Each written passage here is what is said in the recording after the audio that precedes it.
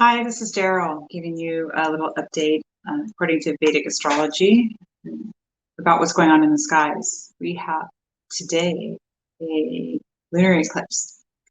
And what does that mean? Well, it means that there's a shadow on the moon, and the moon is our mind and how we integrate and think and feel and sensitize ourselves to the things in that area of the sky. It's happening in the sky in the place of Scorpio, according to sidereal astrology. This is Vedic astrology. This is based on actual measurements. And it's in the star sign, even backing up a little bit more, in the star sign of Anuradha, which means deep devotion, means devotion. So how do we experience that? You might notice already that there have been some feelings of intensity or more of the negative emotions that are the darker side of Scorpio, which can be things like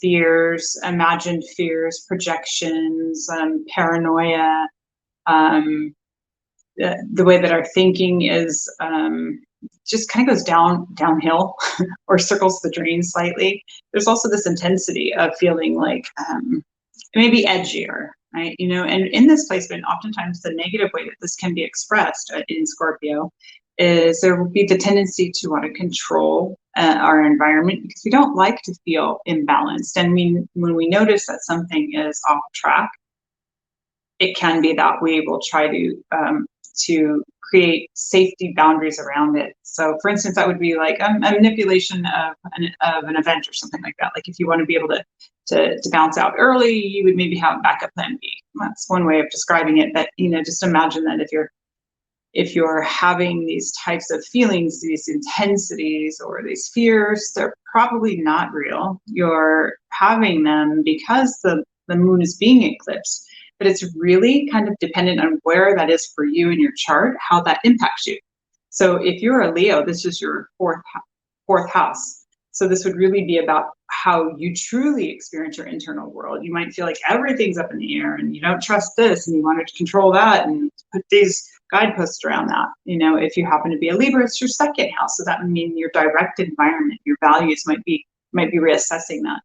The other thing to mention is that K2's been in this placement for a while, not quite a year. It's been on, I think, around since September of last year. So we've already been reviewing what our triggers are and these deeper rooted emotions in the Scorpio placement in the sky. So, this isn't news to us that we're having these things come up, but they come on a little more intensely, and it'll feel like that for a little bit. Good news is on the opposite side of the zodiac is Taurus, and we've got 4 planets anchoring us there right now. So there's this back and forth, like you might feel all off, but at the same time, you kind of know it's going to be okay. The best part, or the best thing that you can do in this time, like I said, Anuradha means devotion, is to really dive deep. Saturn just went retrograde, and I made a post about that the other day. Just went retrograde a couple days ago in its own placement of Capricorn. And this is also a good placement where our practices, our sadhana, our devotional intentions are really deepened. Saturn is that destroyer of things and causes us to be very aware of timelines and what's real, what's not. Like things are impermanent, but we become very attached to them. And when we're afraid that we're going to lose the things we're attached to, Scorpio, this fear, or we're thinking things are a certain way, or we tend to just create these stories in our mind. We have these fears. The only real way out of that is to remember that they are not real.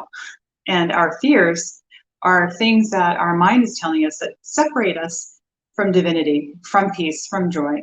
And it creates suffering. So how do we get out of that? Well, just, you can come back to center, get quiet, remember that you are part of this whole mystery, that there is another solution, that things aren't always as they seem.